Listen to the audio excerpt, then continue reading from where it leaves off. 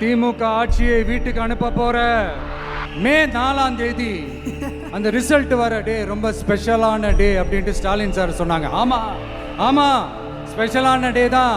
அக்னி நட்சத்திரம் ஸ்டார்ட் ஆகிற டே, கத்திரி வெயில் ஸ்டார்ட் ஆகிற டே. அந்த கத்திரி வெயில் மண்டைய பொளக்கும். அது மக்களுக்கு ஆகவே ஆகாது. நம்பிக்கை உள்ள மக்கள் யாரும் நல்ல காரியங்கள் அந்த அக்னி நட்சத்திரம் டைம்ல செய்யவே மாட்டாங்க. சூரியன் பட்டா சன் ஸ்ட்ரோக் வரும். எப்படா இந்த சூரியன் மறையும், எப்படா இந்த சூரியன் ஒளியும்.